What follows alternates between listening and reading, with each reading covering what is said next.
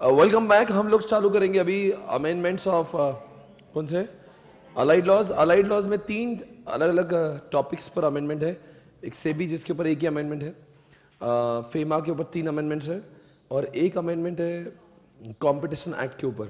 तो सबसे पहले हम लोग चालू करते हैं आपका फेमा। ये रहा फेमा आपके सामने। फेमा को सुना है?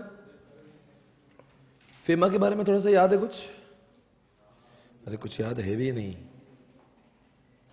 फेमा के बारे में जानते हो या नहीं?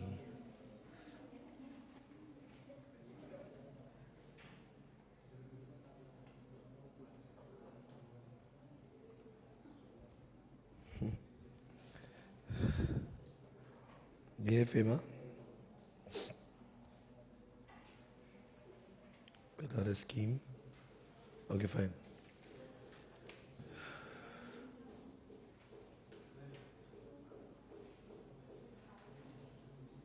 Foreign exchange, inside gifts. Okay.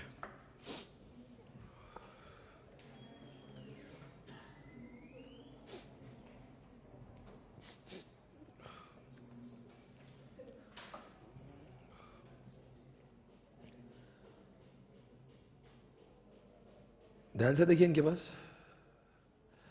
ये कौन है? अंजू है, अंजू, एंजेलिना जोली। ये तो जानते होंगे आप। दाऊद। ये PRI है, PROI? सर इसका लॉन्ग फॉर्म क्या है? Person resident outside India. क्या ये लोग भारत में आकर कितनी भी प्रॉपर्टीज खरीद सकते हैं क्या? सवाल नंबर 2, क्या ये भारत में एग्रीकल्चर लैंड ले सकते हैं क्या? क्यों नहीं, लेने दो ना। What is the problem if anybody who is not an Indian and what purchasing land, agriculture land in India? What is the problem? Let them buy it. क्या प्रॉब्लम है? They can buy, right? एक सवाल है, ध्यान से देखना। ये लोग इंडिया के अंदर इन्वेस्ट कर सकते हैं वो सारे बिजनेसेस में जो अलाउड है, पर ये जो बिजनेसेस है इन बिजनेस में ये लोग इन्वेस्ट नहीं कर सकते हैं। कोई भी ऐसा पार्टनरशिप फर्म हो या कोई भी कंपनी हो जो यह काम करती है, चिटफंड वाला, चिटफंड जानते हो? निधि कंपनी जानते हो? वो रहा मेरा अमेंडमेंट नहीं है, मैं पढ़ाऊंगा भी नहीं। निधि कंपनी क्या है, चिटफंड क्या है, उसको ही 2 घंटे लगेंगे। निधि कंपनी अपने आप में एक दुनिया है। Real estate transferable development rights and agriculture और प्लांटेशन एक्टिविटी। ऐसा कोई भी बिजनेस हो जो एग्रीकल्चर का बिजनेस कर रहा है, या ऐसा कोई भी बिजनेस हो जहां पे रियल एस्टेट का बिजनेस हो रहा होगा, ये सारे लोग इन जगहों में अपना इन्वेस्टमेंट नहीं कर सकते। ये PROI, that is person resident outside India, वो कैसे निकालते हैं आप सभी को मालूम है। 182 डेज पिछले साल में एंड ऑल दैट। इस साल वो कितने साल रहा, उसके ऊपर चर्चा होगी नहीं, क्योंकि अमेंडमेंट क्लास है। मैं सिर्फ अमेंडमेंट की ही बात करूंगा। PROI क्या है मुझे बताने की जरूरत नहीं है, मैं सिर्फ बोल रहा हूं PROI आपको बाकी सब मालूम है। ये PROI के ऊपर अमेंडमेंट है। पिछली बार कहा था कि इनमें इन्वेस्टमेंट करना अलाउड नहीं है, पर जब देखा गया है एक चीज बड़ी परेशानी हो रही है। अगर मान लीजिए हाल ही में एक आपने हैव यू हर्ड अबाउट वर्साचे? किसी ने वर्साचे के बारे में सुना है क्या? सर ये वर्साचे क्या है, किसी ने सुना वर्साचे?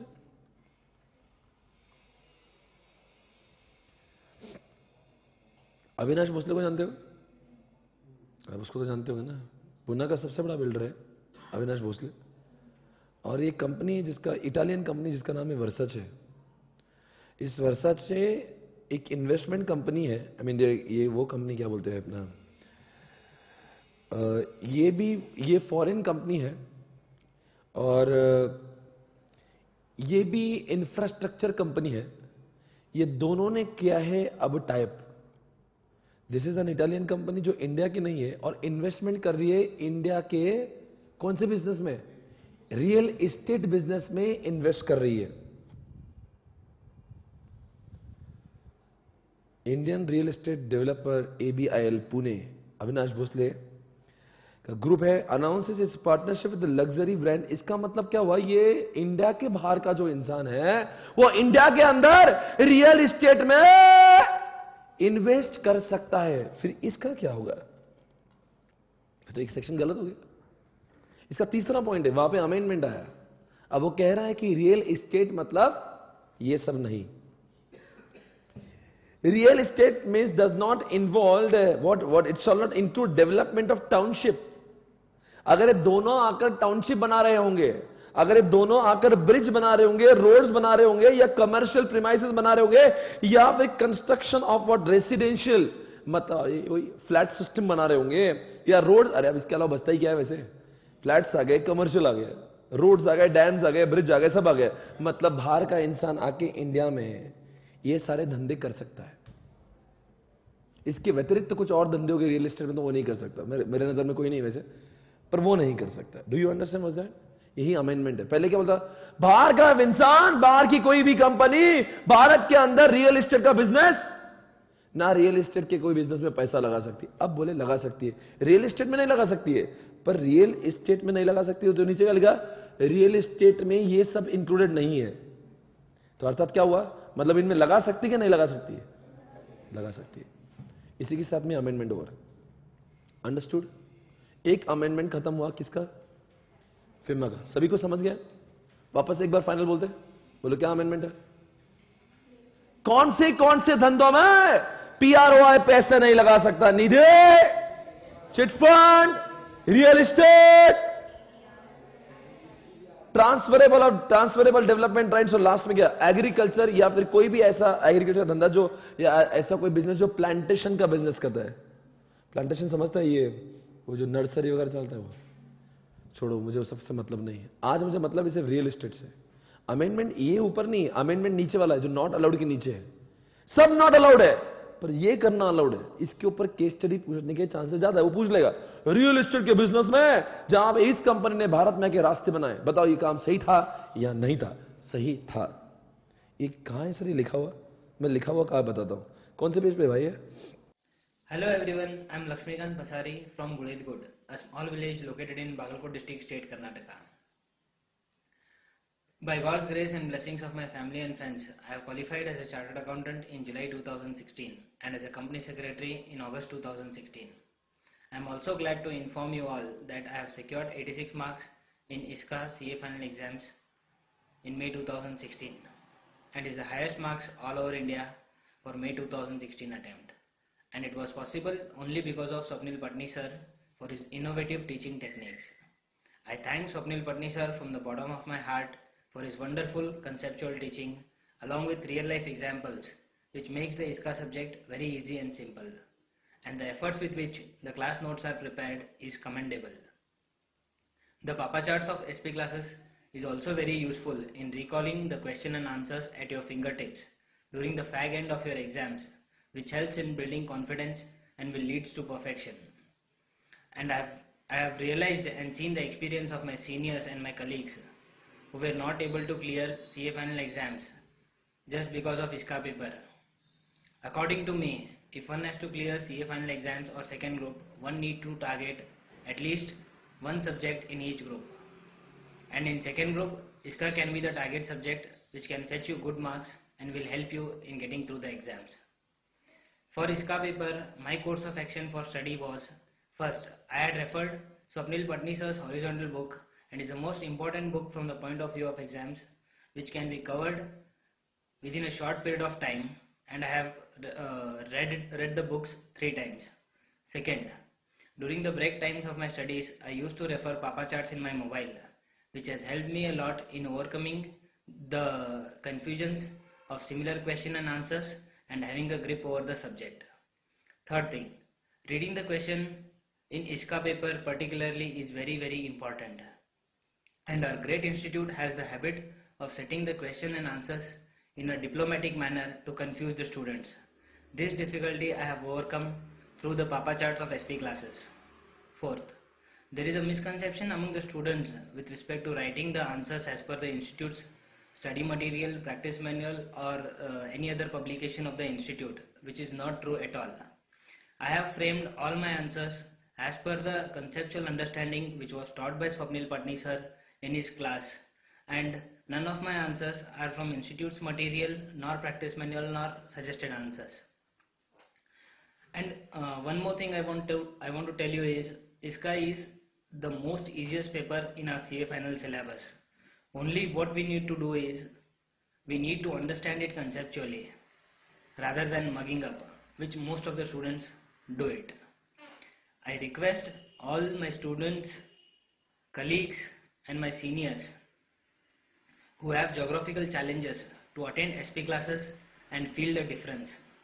SP classes has its presence in 125 plus cities within and outside India. Take the benefit of it and come out with flying colors. Lastly, one quote has motivated me a lot in thriving hard for this success. That is, work hard in silence, let the success makes noise. मेहनत इतनी खामोशी से करो कि कामयाबी शोर मचा दे. Thank you Swapnil Patni sir for letting your guiding hand on my shoulder always.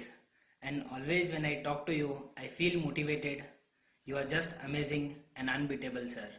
Thank you so much once again. मेरे पेज और आपके पेज थोड़े चेंज हो जाएंगे अभी. कहाँ पे करूँ?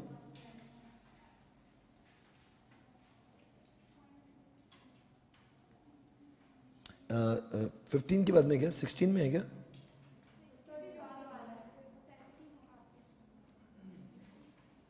हाँ यही है. Okay, I read this. यहाँ पे लिखा हुआ देखो, बस इतना छोटू सा है, कुछ भी नहीं है. यही इतना, यहां से इतना ही लाइन पढ़ना मुझे.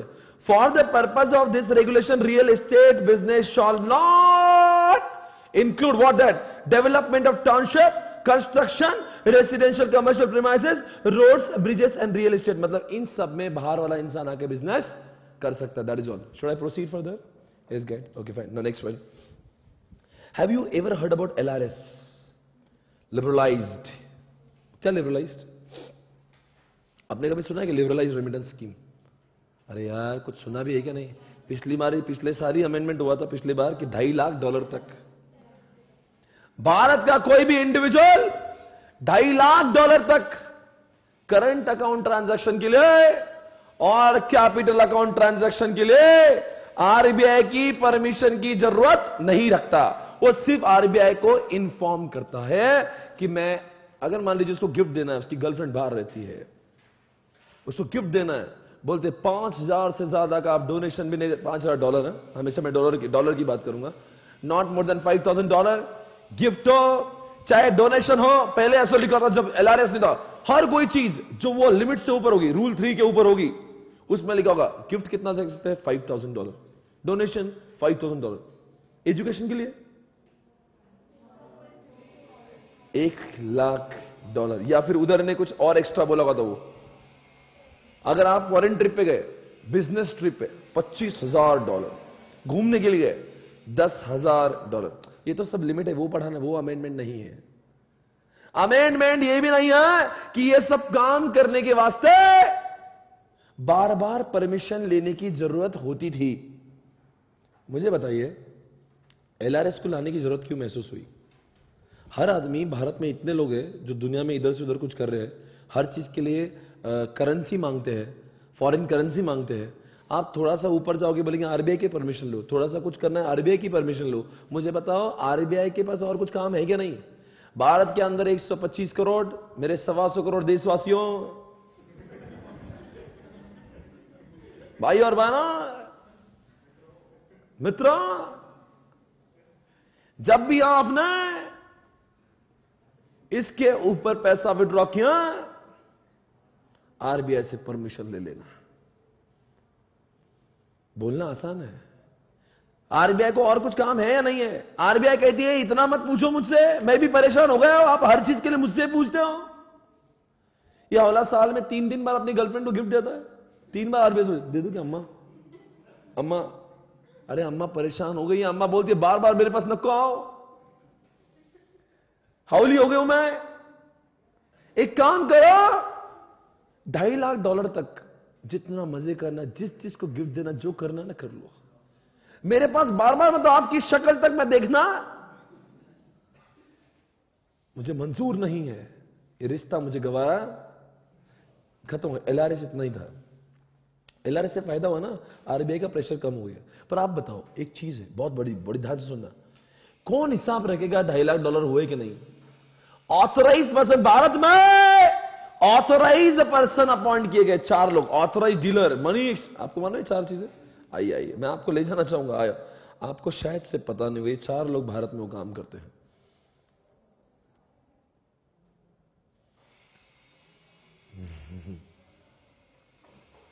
यही वो 4 लोग हैं मित्रों जो भारत के अंदर ऑथराइज पर्सन का काम करते हैं। ऑथराइज डीलर जिसको आरबीआई ने बनाया है।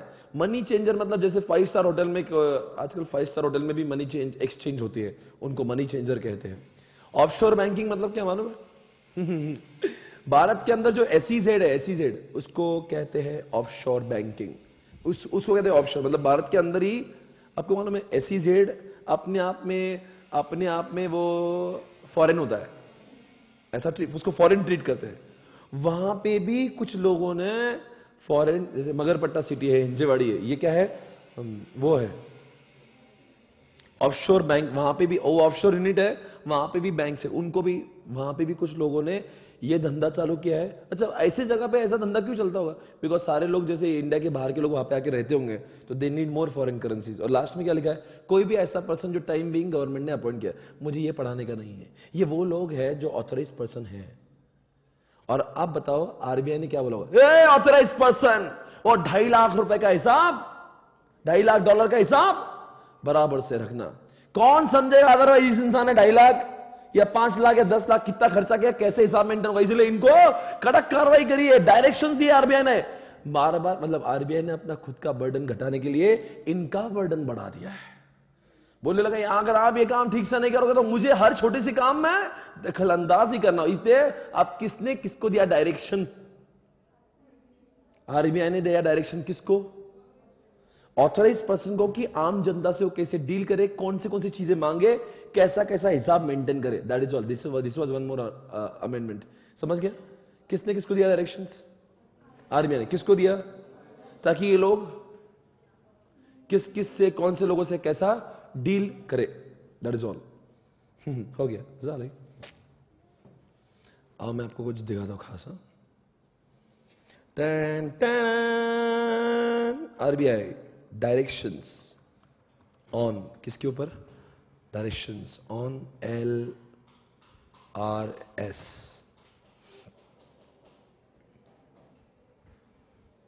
Master direction.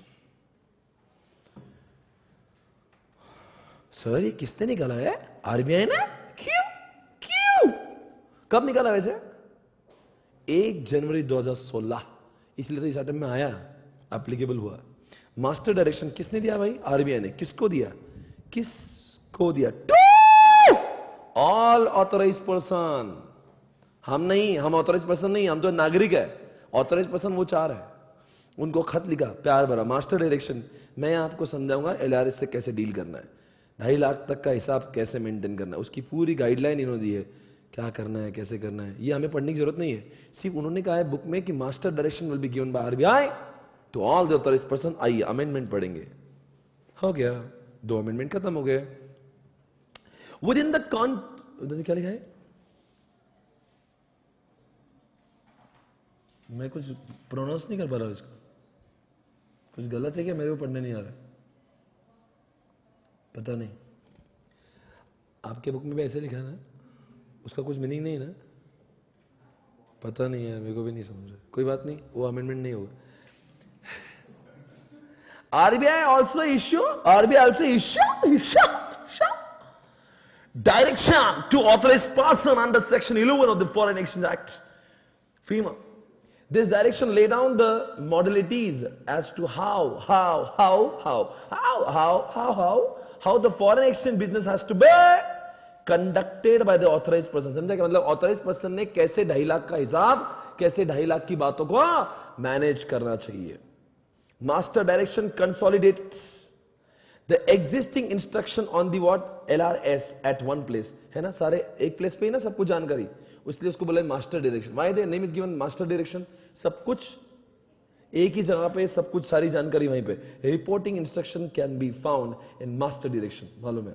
It may be noted that whenever necessary RBI shall issue direction to authorise person through AP circulars. अरे जैसे आईसीआई सर्कुलर निकालता है ना, अगर इसके अंदर अगर कुछ अमेंडमेंट करना है उनको और, तो वो एपी सर्कुलर निकाल के उसको और अमेंड करेंगे। In regards to any change in the regulation or the manner in which the relative transactions are to be conducted by the authorized person by the, underline the word, relative transactions are to be conducted by authorized person with their customers and what constituents.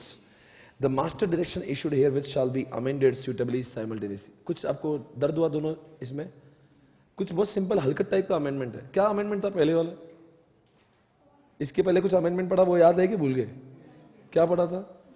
कोई भी भारत का बाहर का आदमी जो PRO आया है उसको इन्वेस्ट करना तो रियल एस्टेट में इन्वेस्ट कर सकता नहीं है, पर कब कर सकता है? अगर वो रियल एस्टेट की कंपनी, वो ब्रिज बनाती होगी, वो रोड्स बनाती होगी, वो रेसिडेंशियल बनाती होगी या कमर्शियल या फिर कोई भी और क्या था एक पॉइंट इसमें, टाउनशिप बनाता, जैसे टाउनशिप मगरपट्टा टाउनशिप, वो आता ना एक इसका भी पुलिस बोल के एक टाउनशिप है हिंजवाड़ी के पास. कौन सा पुलिस है? Mega police.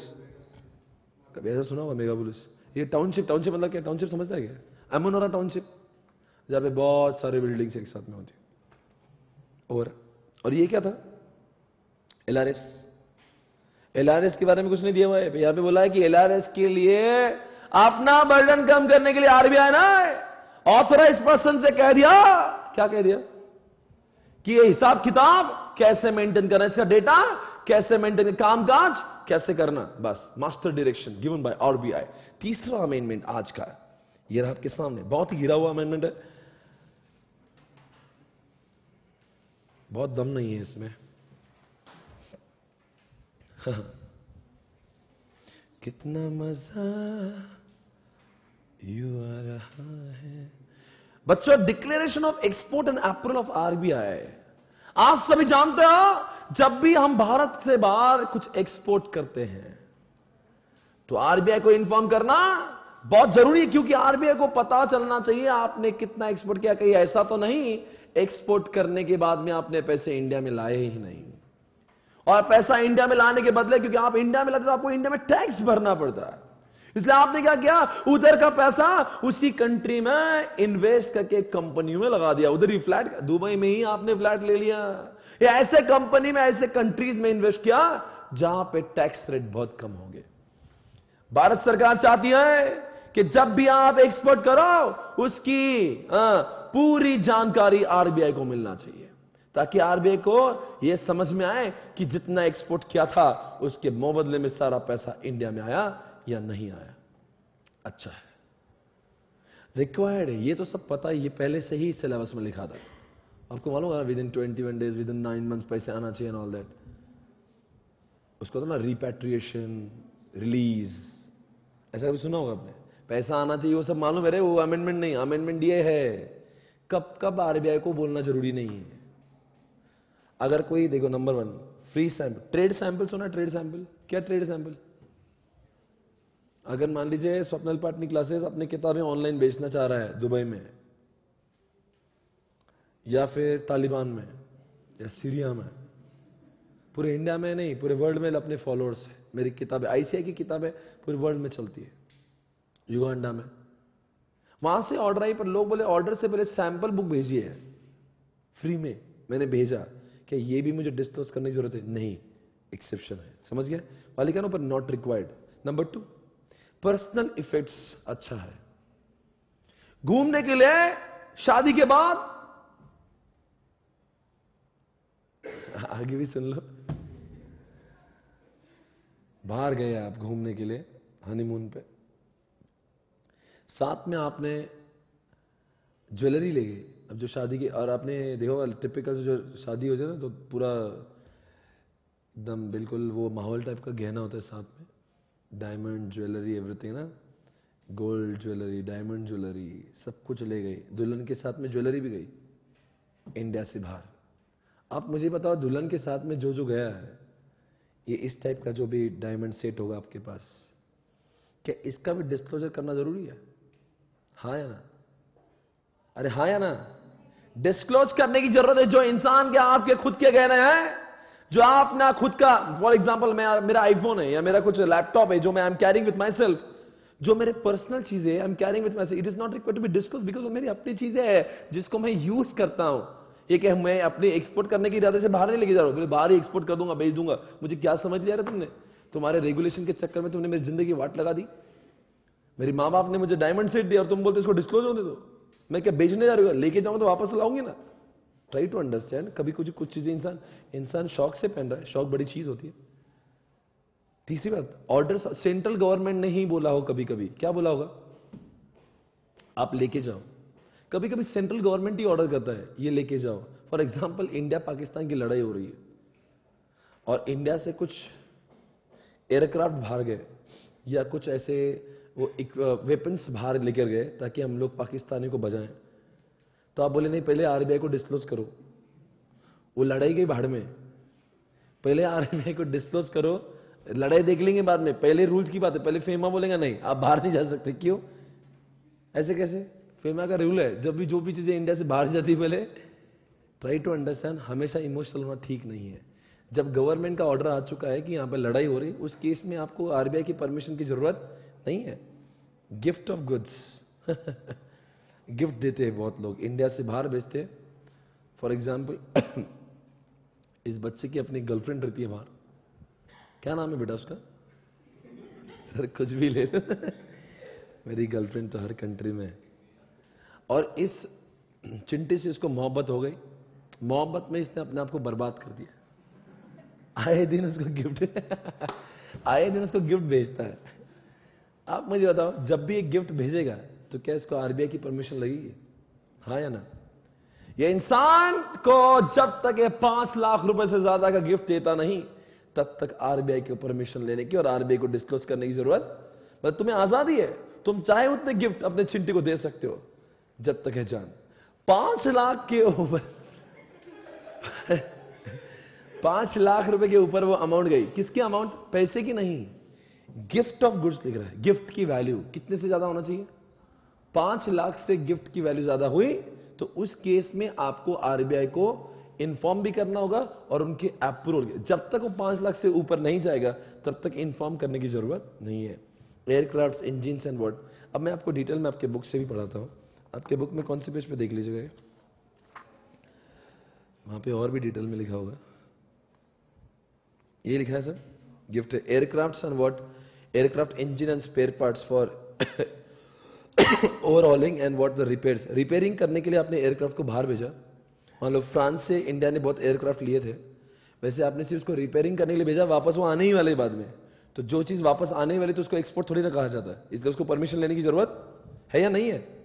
Goods imported free of cost on री एक्सपोर्ट बेसिस. इंपोर्ट किए ताकि वो आप बाद में री एक्सपोर्ट कर सको. तो जो चीजें इंडिया की है नहीं तो इंडिया में रहेगी नहीं, तो उसके लिए क्या आप एक्सपोर्ट. एक्सपोर्ट कौन सी चीज कर रहे हो? जो आपको फोकट में आई थी.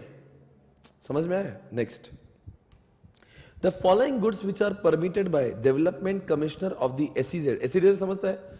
जैसे जहां पे बहुत सारे आजकल इंडिया में बहुत सारी जगह पे एसईजेड चलता है, जहां पे फॉरेन कंपनीज को अपनी, और आपको मालूम है एसईजेड वालों को बहुत सारा वो, जैसे मेक इन इंडिया हो रहा है इंडिया में, तो मेक इन इंडिया में हम लोग एसईजेड बनाएंगे, बहुत सारे फॉरेन कंपनी वहां पे आएगी, उनको टैक्स में सहूलत मिलेगी, सब्सिडी मिलेगा, वो सब कुछ है.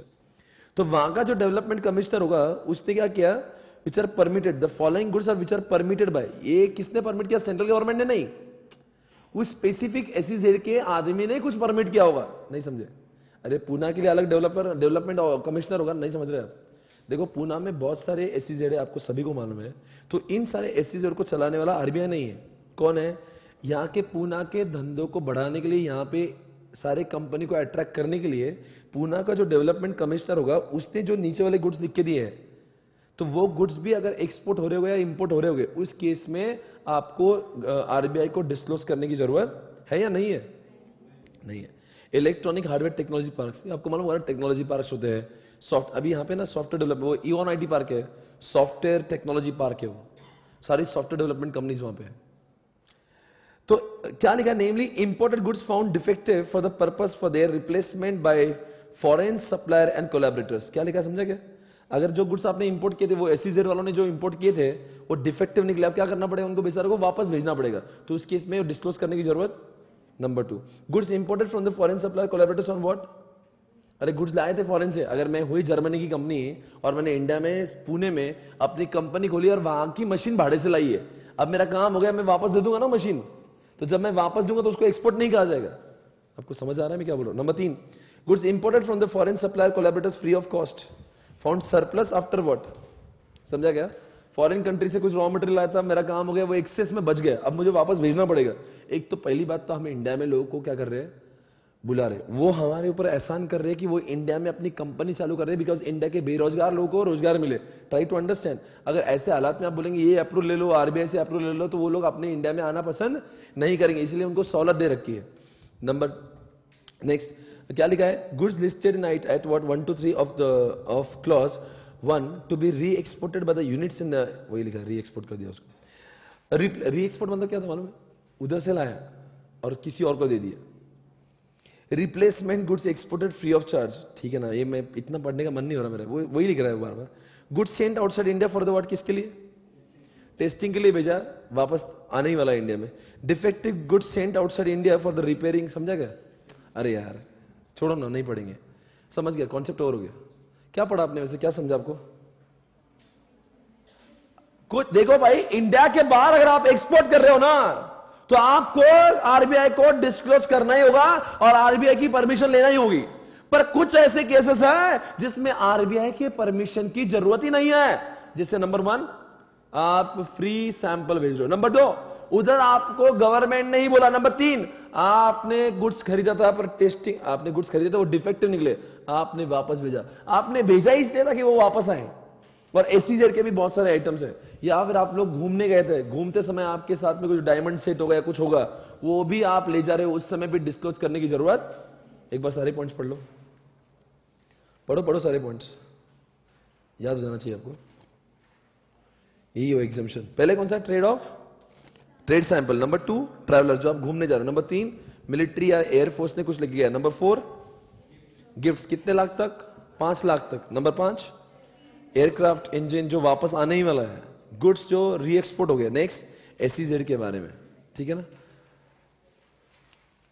बोले कि मारे एक बार वापस से। नंबर 1 मैं लिखता हूं यहां पे,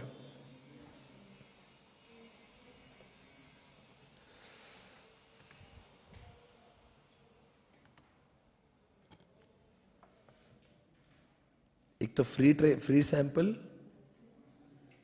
gift, personal effect. Personal effect मतलब कुछ लोग अपना मोबाइल भी लेके जा सकते हैं, वो भी अलाउड है, डिस्क्लोज करने की जरूरत नहीं है। और बोलेंगे रिपेयर करने के लिए बाहर भेजा, या हमारे भारत की एयरफोर्स ने या डिफेंस ने कुछ बाहर भेजा गवर्नमेंट के कहने पे, या हम लोग ने टेस्टिंग पर्पस के लिए बाहर भेजा, या हमने कुछ री एक्सपोर्ट किया होगा, या एसईजेड का कोई भी आइटम होगा। ऐसा ही कुछ 1-2 आइटम है ना गाइस। और आज के 3 अमेंडमेंट्स, फेमा के तीनों भी अमेंडमेंट्स खत्म। वापस बोलेंगे नंबर 1 अमेंडमेंट कौन सा हुआ था, भारत के बाहर से कोई भी आदमी को अगर इन्वेस्टमेंट करना है तो वो बिजनेस में इन्वेस्ट कर सकता है। कौन से बिजनेस में, किसी में भी कर सकता है, पर किस में नहीं कर सकता, चिट फंड में नहीं कर सकता है, निधि कंपनी में नहीं कर सकता, रियल एस्टेट में नहीं कर सकता, टीडीआर में नहीं कर सकता, और एग्रीकल्चर और प्लांटेशन में नहीं कर सकता। पर कहां पे कर सकता है, real estate does not include township, residential, commercial, roadways, bridges. Number next, कौन किसको देगा master direction, RBI will issue master direction to all the authorise person. तीसरा अमेंडमेंट क्या हुआ, हर जगह पे आपको आरबीआई का अप्रूवल लेना जरूरी है जब आप एक्सपोर्ट करोगे, पर कुछ कुछ जगह पे आरबीआई के अप्रूवल की जरूरत नहीं होती, वो लिस्ट यहां पे दी हुई। Hi guys, this is Rinku Shende from Nagpur. Secured AI 49 in CA Final November 15 exams and first rank in Vidarbha. A very valuable contribution given by 69 marks in ISCA only due to one person. He is Mr. Swapnil Patni sir himself. He is one of the most enthusiastic persons I've ever seen in my life, and the same enthusiasm he puts in the classes and all the students he teaches, whether it might be the real or the virtual. I personally had his virtual batch, and I tell you guys, I don't think there was any difference, that he wasn't really in front of me. ISCA is one of the very theoretical subjects which needs a sheer revision every time, and Swapnil Patni sir is the best at it. My advice to all the students is join Swapnil Patni sir, attend his classes every day. You don't have to read it at home. He's so good at the revision classes that you absolutely do not have problem in this theoretical subject. Second, stick with Sir's ISCA notes. They are perfect. He has covered all the modules, all the practice manual, and all the scanners itself. And the crucial 3 hours.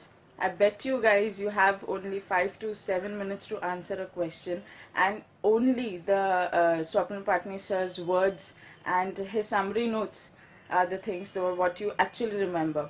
And that is why I followed all his procedures, what he has told, and very, very perfectly. And that is why I was able to get such a nice score in ISCA and overall as well. I thank you, sir, for such a valuable contribution in my academic career, and hope that you grow as you are. And thank you very much. I am very grateful to you. Thank you. अगला सवाल है, अब मैं पढ़ूंगा competition act से। ये रहा आपके सामने। अब कंपटीशन एक्ट के बारे में चर्चा होगी जारी। पहली बात तो ये, मित्रों, आपने कभी इसको देखा है?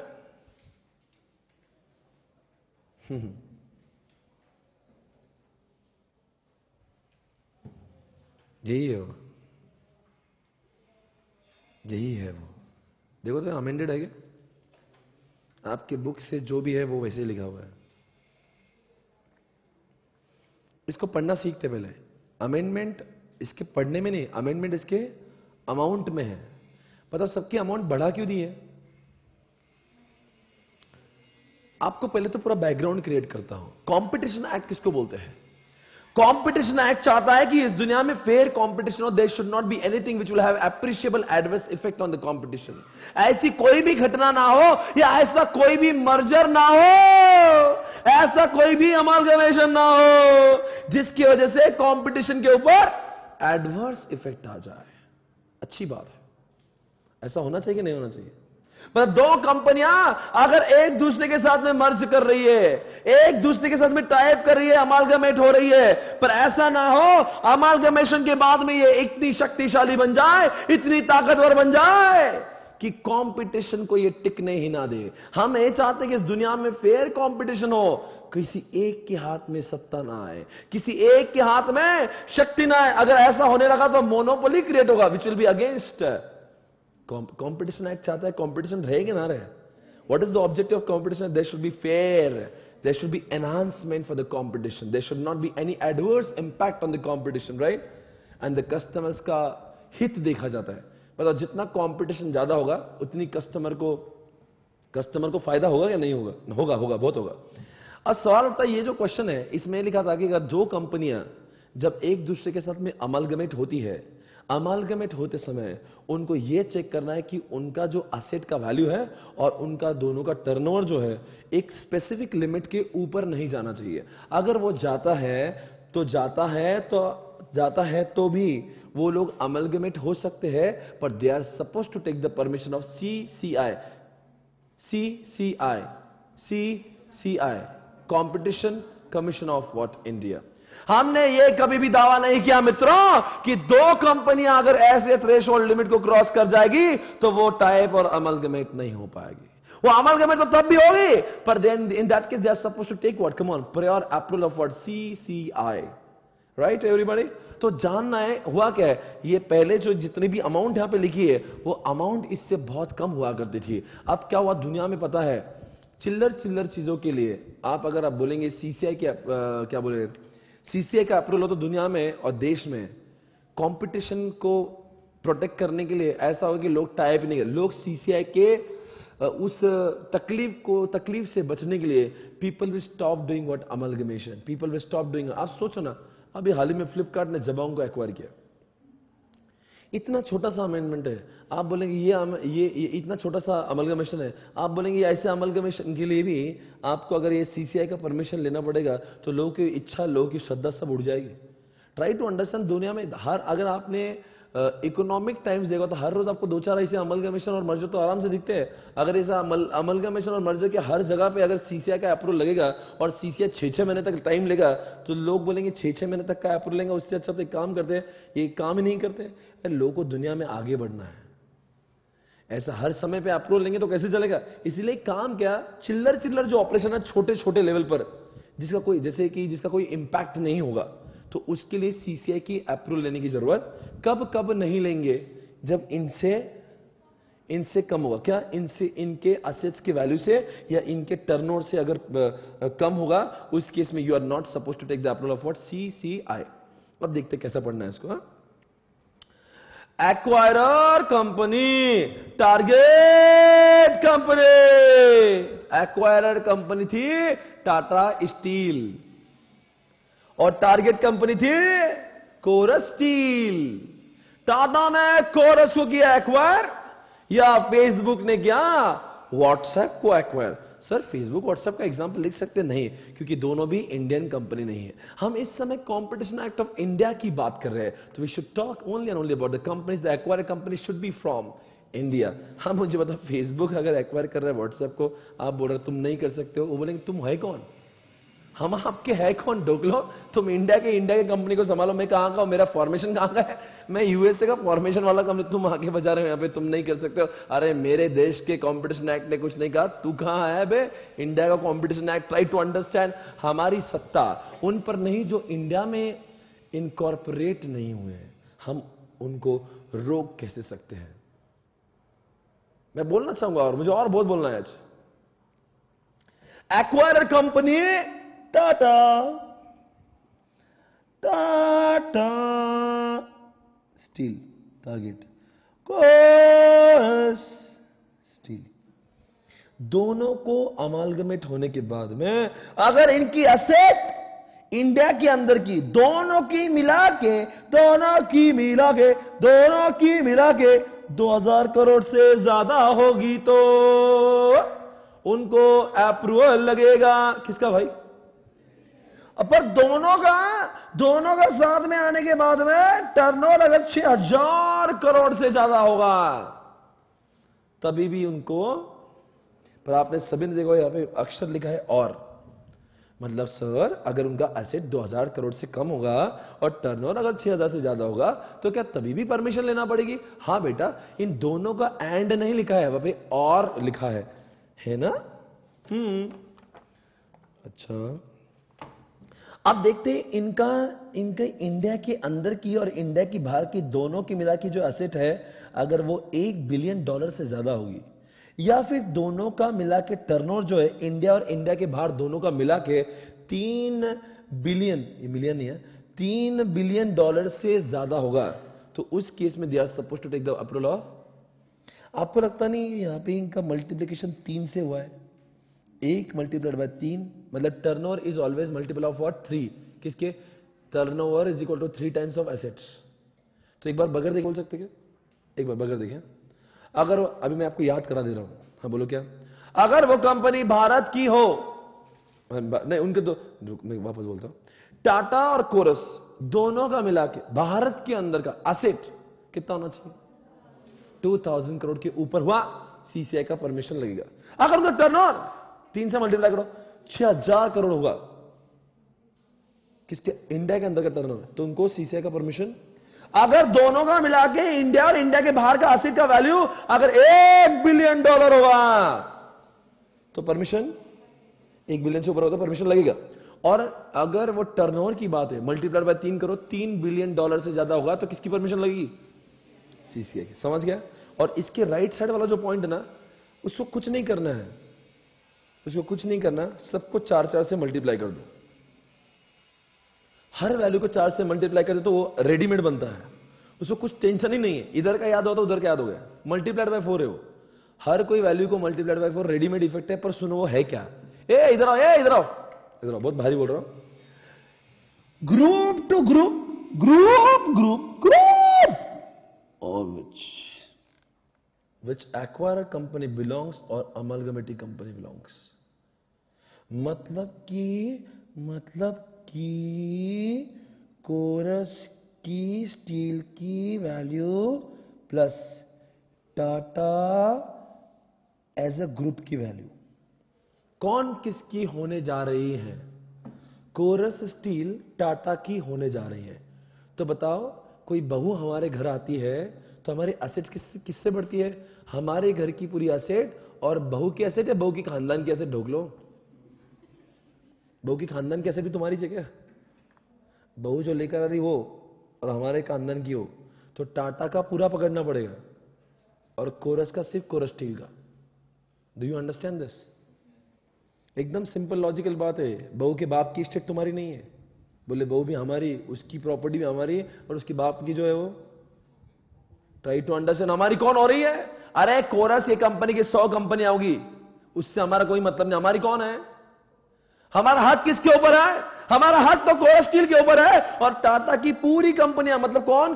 टाटा स्टील, टाटा नमक, टाटा चाय, टाटा स्टार बाजार, टाटा तनिष्क, टाटा वो डोकोमो, टाटा टाइटन, टाटा वो क्या नाम अपना बोलो ना, टीसीएस, टाटा मोटर्स, कुछ भी टाटा का, सब मिला के साथ साथ में अपनी बहू कौन? अरे तुम क्या शर्मा रहे हो? बोलो ना, तुम्हारी थोड़ी ना, ऐसे हो तो ऐसी बोल रहा तू बेटा, मेरी कौन सी बोल, ऐसा नहीं बेटा। टाटा के सारे जितनी भी कंपनियां हैं, Tata steel, Tata Motors, Tata TCS, star बाजार, टाटा डोकोमो, सबका मिला के, टाटा नमक, देश का नमक, सबका मिला के जितना असेट बनेगा, साथ साथ में अपनी कंपनी जो होने जा रही है कोरस, उनकी मिला के सबका जो अटैच होके कंसोलिडेट होकर जो एसेट बनेगा, अगर वो 8,000 से ज्यादा होगा, किसमें? इंडिया में, और उनका सबका टर्नओवर इंडिया में 24,000 करोड़ से ज्यादा होगा, तो उस केस में आपको परमिशन लगेगी। अब की बार ये और एक एंड है, और इधर भी ये क्या है? ये क्या है बच्चा? आउटसाइड इंडिया मतलब क्या? यहां पे इंडिया प्लस आउटसाइड इंडिया है, मतलब टाटा कोरस स्टील, मतलब टाटा की सारी कंपनियां और कोरस स्टील सबकी मिला के इंडिया और इंडिया के बाहर की मालमत्ता, मतलब एसेट, वो कितने से ज्यादा हो रही है? $4 बिलियन से। और टर्नओवर कितने से ज्यादा? क्या इंडिया के बाहर का सबका मिला के? सबका मिला के, इंडिया के बाहर का नहीं हो, इंडिया प्लस इंडिया के बाहर का। आपको लगता नहीं इसका मल्टीप्लाइड बाय 4 हुआ है? कुछ भी टेंशन नहीं है। और उन्होंने एक बात नीचे कही, ये भी कॉपी पेस्ट किया, 1000, 3000, 1000, क्या लिखा है यहाँ पे? 1000। अगर ये इंडिया के बाहर के एसेट्स की बात कर रहे हैं ना, इंडिया और इंडिया के बाहर के एसेट्स, अगर वो $1 बिलियन है, तो उनका बोलना है 1 बिलियन में से कम कितना होना चाहिए इंडिया में? 1000 करोड़ का इंडिया में होना चाहिए। और इंडिया और इंडिया के बाहर के टर्नओवर की बात कर रहे हैं ना, 3 बिलियन, तो उसमें से 3000 करोड़ का जो उनका टर्नओवर है वो इंडिया में होना चाहिए। उधर ही ऐसा लिखा है। क्योंकि अगर मान लीजिए तुम्हारी कंपनी अमालगमेट हो रही है, पर तुम्हारा कोई धंधा ही इंडिया में नहीं है और तुम्हारा कोई टर्नओवर ही इंडिया में नहीं है, तो फिर इंडिया के कंपटीशन कमीशन को इतनी क्या खुजली जो रोकेगा आपको? इंडिया के कंपटीशन को मस्ती कब चढ़ेगी? जब उसका इंपैक्ट, उसका परिणाम इंडिया में हो रहा है। जब वो तुम्हारा एसेट भी इंडिया में नहीं है, तुम्हारे टर्नओवर इंडिया में कम है, तो फिर हम तुम्हें रोक कैसे सकते हैं? चलो एक बात देखते हैं सबको याद आ रहा है कि नहीं। इसी के साथ में हमारा अमेंडमेंट खत्म हुआ। सबसे बड़ा अमेंडमेंट कॉम्पिटिशन एक्ट का, इसके ऊपर क्वेश्चन आएंगे। आपकी बार पहली बार ऐसा हुआ कि पूरे फिगर्स चेंज होकर आई। कौन है बोलेंगे? बोलो बोलो जल्दी से, आ जाओ बोलो। टाटा स्टील, कोरस स्टील, दोनों का, यहां ग्रुप की बात नहीं करो, दोनों को मिला के अगर इंडिया के अंदर उनका टर्नओवर नहीं, उनका असेट 2000 करोड़, उनका टर्नओवर 6000, खत्म। इंडिया और इंडिया के बाहर का असेट $1 बिलियन, इंडिया और इंडिया के बाहर का टर्नओवर 3 बिलियन, ये खत्म हुआ। इसको मल्टीप्लाइड बाय 4 कर दिया तो आपका राइट साइड वाला बन जाता है, पर नीचे 2 बच्चे और हुए थे। जब आप इंडिया की बाहर की बात करते हो इंडिविजुअल में भी, और इंडिया और इंडिया की बाहर की बात करते हो ग्रुप में भी, तो ऐसा लिखा है अगर असेट की वैल्यू है तो असेट की वैल्यू कितने भी रहने दो, पर इंडिया के अंदर 1000 करोड़ का असेट होना चाहिए, और टर्नओवर चाहे कितना भी तुम्हारा बाहर हो, पर कम से कम 3000 करोड़ का टर्नओवर आपका इंडिया में होना जरूरी है। तभी होना चाहिए, मतलब कि इसके अंदर रहा तो सीसीआई की परमिशन की जरूरत, और इसके ऊपर गए concept over. Everybody got it baby? आपको लगता नहीं ये बहुत रेडीमेड मिल रहा है? तो कुछ नहीं करना है, इसको सिर्फ मल्टीप्लाई बाय 4। इधर क्या बोलते हैं एक बार वापस, एक बार बोलो। इंडिया और इंडिया के अंदर का असेट है, इन दोनों कंपनी, टाटा का, कोरस का, इंडिया के अंदर का असेट 2000 करोड़, इंडिया के अंदर का टर्नओवर 6000, इंडिया और इंडिया के बाहर का असेट 1 बिलियन, इंडिया और इंडिया के बाहर का टर्नओवर 3 बिलियन, मतलब इधर का मल्टीप्लाइड बाय 4 होगा बस। उसके ऊपर एक क्वेश्चन है, अमेंडमेंट, बस एक अमेंडमेंट और।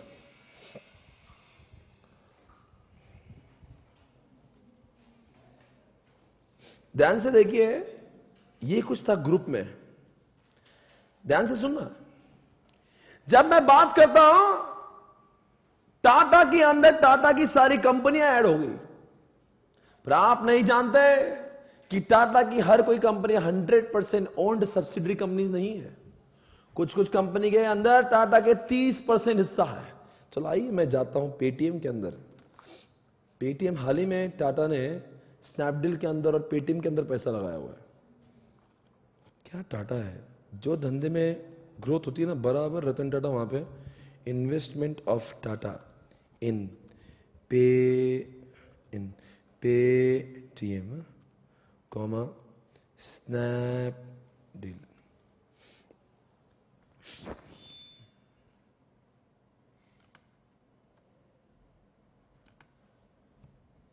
होशियार आदमी है क्या?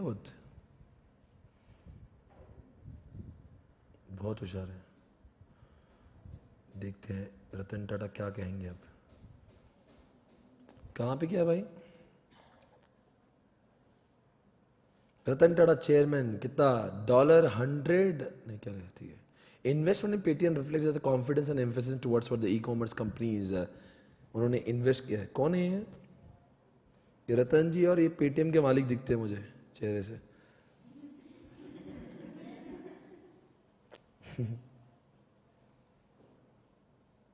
देखो उन्होंने अलीबाबा में भी इन्वेस्टमेंट किया था।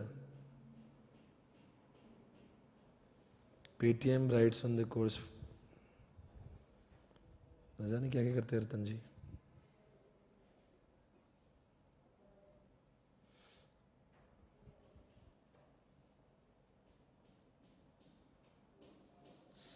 आई am very happy that mister Tata has put faith and trust in our values. अच्छा ऐसा हुआ क्या?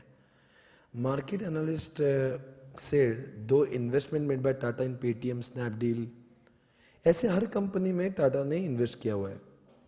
जब मैं टाटा के ग्रुप की बात करता हूं तो आपने कहा साहब टाटा के हर कंपनी को ऐड कर लो। आपका कहना तब गलत था। टाटा के उन्हीं कंपनी को ऐड करना होगा। कौन से कंपनी को? जिनके अंदर अमेंडमेंट के पहले ऐसा एक पॉइंट था, जिनके अंदर टाटा कंपनी का 26% से ज्यादा वोटिंग राइट्स होगा। या फिर उन टाटा के अंदर किस किस को शामिल किया जाएगा टाटा ग्रुप में, जिसके अंदर के बोर्ड ऑफ डायरेक्टर 50% से ज्यादा के board of director Ratan Tata के इशारे पर नाचते हैं। और तीसरी बात, control the management of affairs, मतलब चाहे हमारा कोई हो ना हो पर आपकी कंपनी से मेरे इशारे पे चलती है। चाहे मेरा वोटिंग राइट हो ना हो। शरद पवार, किसी कंपनी में वोटिंग राइट नहीं, किसी कंपनी में स्टेक नहीं, सिर्फ नाम ही काफी है। शरद पवार बोलते है बंद पाइजे बंद। पूना के जितने भी है ना, ये जितने भी बिल्डर्स है पूना के, दादा के इशारे पे चलते हैं। समझते क्या? अजित दादा नाम है मेरे, नाम है भाई। वो आपको ऑन पेपर अजित दादा का नाम नहीं कहीं पे ऑन पेपर, ऑन पेपर में Ajit Dada he is not partner, सिर्फ नाम ही काफी है। ये है दहशत। Try to understand. ऐसे है रतन टाटा की तरह माहौल होगा। एसपी क्लासेस बंद, मैंने बंद कर दिया। तो समझ जाना एसपी क्लास की सारी एसेट रतन टाटा की हो गए। रिश्ते में तो वो मेरे कुछ नहीं लगते, ना मेरे अंदर वोटिंग राइट्स है, ना मेरे बोर्ड ऑफ डायरेक्टर को कंट्रोल करते हैं। सिर्फ उनका इन्फ्लुएंस इतने ज्यादा। बंद बोलता हूं तो जितने कंपनी में तुम्हारा 3 तरीकों से वो अपना माना जाता है। एक तो 26% से अधिक उसके अंदर वोटिंग राइट होना चाहिए, या उसके बोर्ड ऑफ डायरेक्टर्स वही करे 50% ज्यादा जो मैं चाहता हूं। और तीसरी बात, मेरा नाम ही काफी है। मैं बोलता हूं बंद तो फिर बंद। ऐसा जहां भी होता होगा रतन टाटा का, तो रतन टाटा का तीनों में से कोई भी तरीके का रिश्ता होता होगा, वो सारी कंपनियां टाटा के ग्रुप में ऐड हो जाती होगी। Right everybody? पर इसी के अंदर अमेंडमेंट है, वो 26 को हटाकर अब 50 कर दिए गए। That's all amendments. Check it out. समझ गए? पढ़ के ही समझ गए होंगे क्या लिखा है वहां पे। Group exercising less than 50% of voting rights in another enterprise from the provision of section 5, जो हम लोग पढ़ रहे थे सेक्शन 5 था, हैज बीन, ऊपर कुछ लिखा था मैं भूल गया उसको क्या लिखा है। The exemption to the, exemption लिखा ना, एग्जम्पशन समझ गया मतलब क्या? मतलब 50% से रतन टाटा का अगर हिस्सा किसी और कंपनी में होगा कम, तो उसको, अब बताओ ये लॉजिकल क्यों लगता है? अरे यार किसी कंपनी में 10-20% भी तुमने 26% शेयर रख दिया है, वो कंपनी का एसेट भी मेरे अंदर मिला दिए। अरे 50% रिजनेबल लगता है ना। जिस कंपनी में मेरा कोई लेन देन नहीं, साला 20% 25% में ले रहा हूं, तुम उसको भी एसेट मेरे अंदर घुसेड़ रहे हो। अरे कंपनी कौन सी मेरी होंगी? कम से कम जहां पे मेरा 50% से ज्यादा का वोटिंग राइट है, और लॉजिकल भी लगता है मुझे। 50% बोल के उन्होंने सही काम किया। Amendment over. नेक्स्ट, एक ही सवाल अमेंडमेंट के नाम पर। ये जितना लिखा ना वही है। Threshold for availing for minimize exemption for acquisition target enterprise in India है, जिसका असेट होगा 350 करोड़ से कम और टर्नओवर होगा 1000 करोड़ से कम। जितना टेबल देख के क्या समझता है? बगैर पढ़े बताना टेबल देख के समझता क्या है। टेक्स्ट मत पढ़ना, सिर्फ टेबल पढ़ो। व्हाट इज द टारगेट समझता है? What is the meaning of target? बताओ, रतन टाटा टारगेट है क्या कोरस टारगेट है? टाटा स्टील है कोरस? कोरस है। तो कभी कभी ऐसा भी तो होता होगा, टारगेट कंपनी भी इंडिया की होंगी, नहीं समझे? और बायर कंपनी भी इंडिया की, जैसे फ्लिपकार्ट इंडिया की, जबोंग इंडिया की, टाटा स्टील इंडिया का, पेटीएम इंडिया का। अब बताओ, पेटीएम वाली नोंद इधर, अब समझ रहे होगा पेटीएम के साथ में जब व्यवहार हुआ होगा, सीसीआई की परमिशन की जरूरत क्यों नहीं हुई होगी? बोलो ना, क्यों नहीं हुई होगी? क्योंकि जो इन्वेस्टमेंट की अमाउंट है, अगर वो, बोलो ना, भले थ्रेशोल्ड लिमिट को क्रॉस कर रही होगी। नहीं समझ में आ रहा है? क्या लिखा है यहां पे? देखो ना, मुझे बोलना, मैं बोलता हूं क्या लिखा है यहां पे। Acquisition where enterprise whose control shares voting rights और assets are being acquired have assets of not more than 350 crore in India और turnover of not more than 1000 crore in India are exempt from section number 5। वापस से मैं पढ़ता हूं। Acquisition where the enterprise whose control shares, voting rights or assets are being acquired, acquisition where enterprise whose control shares, voting rights or assets are being acquired have assets of not more than 350 crores in India and turnover of not more than 1000 crores in India are exempt. मैं जो पहले कह रहा था, मैं थोड़ा सा सुधार के बोलता हूं। वो क्या कह रहा है? कोई भी एक कंपनी है जिसको वो एक्वायर कर रहा है, मान लो किसने किसको एक्वायर किया? टाटा ने कोरस को। पर जिसको एक्वायर किया है उस कंपनी का क्या नहीं है इंडिया में? उस कंपनी के असेट्स और उस कंपनी का टर्नओवर, अगर असेट्स 350 करोड़ से कम इंडिया में होंगे और उसी कंपनी का टर्नओवर इंडिया में 1000 करोड़ से कम होगा, तो उस केस में सीसीआई की परमिशन लगती नहीं। ये क्यों एग्जम्पशन में आ रहा है? भले ही वो थ्रेशोल्ड लिमिट क्रॉस की, तो मैं बोल रहा था आपको, भले ही वो थ्रेशोल्ड लिमिट क्रॉस कर रहा होगा। अब आपको समझ में आ रहा है मैं क्या बोल रहा हूं? कभी कभी ऐसा हो सकता है ना, थ्रेशोल्ड लिमिट आप क्या, मैं आपको बताता हूं क्या प्रॉब्लम है, आप बताना सही है क्या नहीं, जल्दी से बोलना। आप देखना,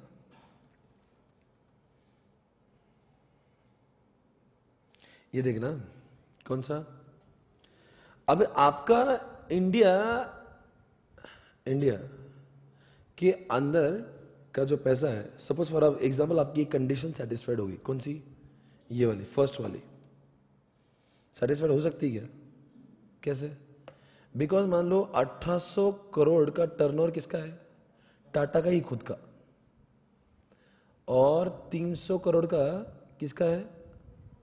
कोरस का है। तो आप बोलेंगे यार इनका तो एसेट जो है वो तो 2100 करोड़ का हो गया।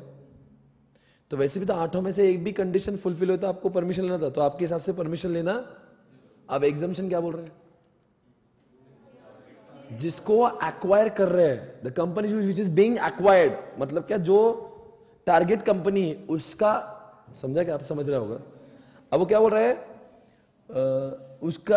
उसका टर्नओवर इंडिया में अगर 1000 करोड़ से कम रहा तो उस केस में, या फिर उसके असेट 350 करोड़ से कम रहेंगे, उस केस में भले ही आपकी थ्रेशोल्ड लिमिट क्रॉस हो रही है, फिर भी परमिशन की जरूरत नहीं है। Do you understand? वापस से पढ़ोगे एक बार क्या लिखा, देखो। आपको क्या लगता है ये एग्जम्पशन है क्या नहीं? किसको एग्जम्पशन है? थ्रेशोल्ड लिमिट का एग्जम्पशन हुआ ना ये? अच्छा, तो ऐसा क्यों लगाया होगा ये एग्जम्पशन? जिस कंपनी को एक्वायर करने से इंडिया में कुछ इंपैक्ट, उस आदमी का इंपैक्ट इंडिया में ना असेट ज्यादा है ना उसका टर्नओवर ज्यादा है, तो फिर क्यों जबरदस्ती उसका सीसीआई से लेना देना है? उसको एक्वायर करने के बाद में भी इंडिया पे बहुत कुछ हलचल मच रही नहीं। वो बहुत बड़ा आदमी है, वो बहुत अफलातून चलता है इंडिया के बाहर, पर इंडिया में उसका नाम ही नहीं है। तो इंडिया का इंसान अगर उसको एक्वायर भी कर रहा है तो anyway it is not going to affect Indian business, तो why you have to take the permission from CCI. वैसे भी उसका अगर इंडिया में वो इतना कम टर्नओवर था, मतलब एक्विजिशन होने के बाद में भी उसका धंधा इंडिया में कम ही रहने वाला है, तो इंडिया के कंपटीशन पे कुछ होने वाला नहीं है। एकदम लॉजिकल बात है। जिसको एक्वायर कर रहा हो अगर उसका नाम इंडिया में, जैसे फॉर एग्जांपल कोई टाटा कोक को एक्वायर कर रहा है, कोक, तो कोक और मैकडी का इंडिया में कितना नाम है, तो उनको एक्वायर करें तो उनका तो वर्ल्ड में जितना सेल नहीं होता उससे ज्यादा तो इंडिया में होता हो, क्योंकि इंडिया में पॉपुलेशन इतनी। तो आप बताओ ऐसे केस में सीसीआई का परमिशन जरूरी है। उस केस में कैसे एग्जाम्पशन देंगे, बिकॉज उसका इंडिया वाला इंसान जब एक्वायर करेगा उसको तो क्या होगा, बहुत कंपटीशन के ऊपर इंपैक्ट होगा, बिकॉज उसका इंडिया में प्रेजेंस बहुत दूरी पर है, बहुत जगह पर है।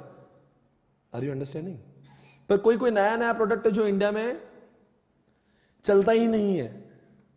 जैसे कोई एक ब्रांड है, कोई भी ऐसा ब्रांड ले लीजिए जो इंडिया में जरा चलता नहीं है, हल्का फुल्का चलता, कहीं के भी दिखता, कहीं भी दिखता भी नहीं होगा। फॉर एग्जाम्पल एक ब्रांड है मदर केयर बोल के, इंडियन ब्रांड नहीं है, यूके का ब्रांड है, वो चलता भी नहीं ज्यादा इंडिया में, और वो टाटा ने उसको एक्वायर किया। उसको एक्वायर करने के बाद में थ्रेशोल्ड क्रॉस हो रहा होगा, पर उसके इंडिया का जो टर्नओवर है वो 1000 करोड़ से कम है, और उसका इंडिया का जो एसेट से 350 करोड़ से कम है, तो फिर भी मतलब उस केस में उसके थ्रेशोल्ड लिमिट क्रॉस होने के बाद भी सीसीआई का अप्रूवल लेने की जरूरत। Got it. ये अच्छा एग्जाम्पशन है वैसे, मतलब इसके ऊपर क्वेश्चन आता है क्योंकि वो इतना इजी टू अंडरस्टैंड नहीं है। थोड़ा सा उसमें वो क्या करेंगे, आपको ऐसा केस स्टडी दे देंगे और फिर बाद में एक लाइन में लिख देंगे उनका इंडिया में ऐसा ऐसा है।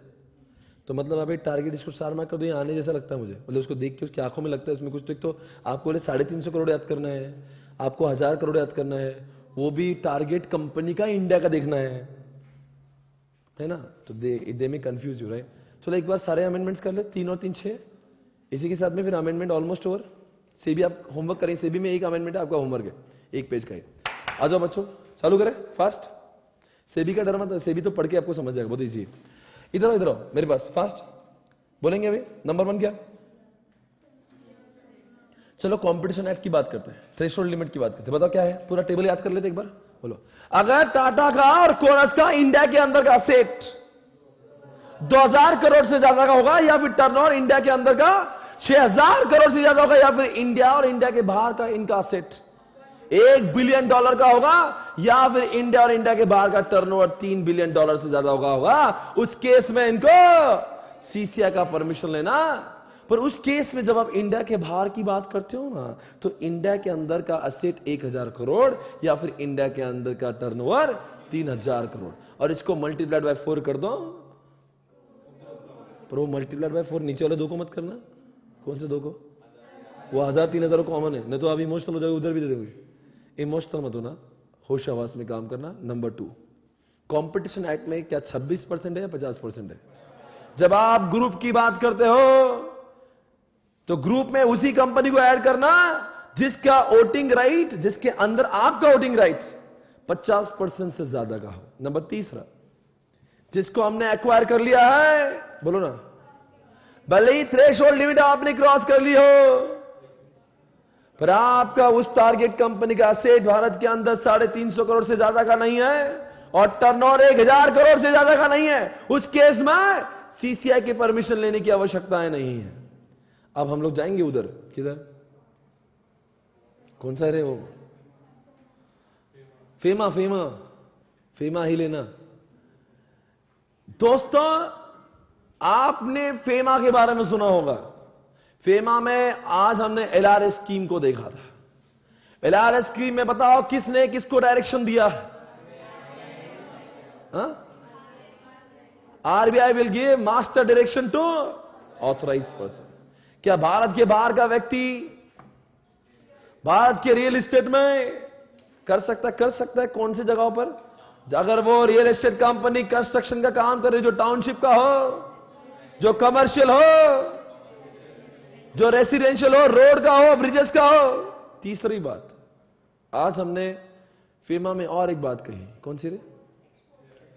एक्सपोर्ट की बात करी। हमेशा एक्सपोर्ट करते समय आपको डिक्लेयर भी करना होता है और उसकी परमिशन भी लेना होती है, पर कुछ कुछ जगहों पे ना आपको डिक्लेयर करना है ना आपको परमिशन लेना है। नंबर 1, अगर वो ट्रेड सैंपल जा रहे होंगे, आपके गहने साथ में जा रहे होंगे, आप लड़ाई पर जा रहे होंगे। नंबर 4, आपने कुछ ऐसी चीजें भेजी जो पहले आई थी रिपेयर करने के लिए भेजी है, या फिर टेस्टिंग करने के लिए आपने इंडिया के बाहर भेजी हो, या फिर कभी कभी ऐसे होता है क्या बोला, आप गिफ्ट दे रहे हो जिसकी अमाउंट 5 लाख से ज्यादा का नहीं है और SEZ की बातें कर रहे हैं, उस केसेस में आपको परमिशन लेने की जरूरत नहीं।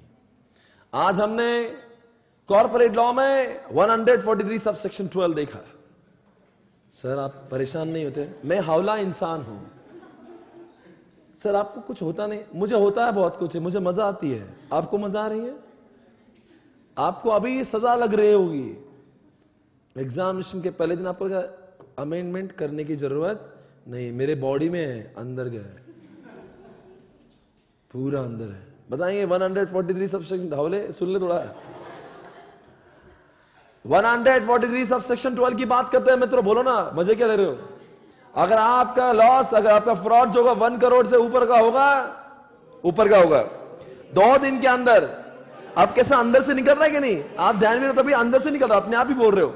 ये बच्चा ध्यान नहीं दे रहा फिर भी सही बोल रहा है। हाँ, 2 दिन के अंदर आपको ऑडिटर को, किसको बोलना पड़ेगा? बोर्ड ऑफ डायरेक्टर को, फिर विदिन 40 डेज 45 डेज उनका रिप्लाई आना चाहिए।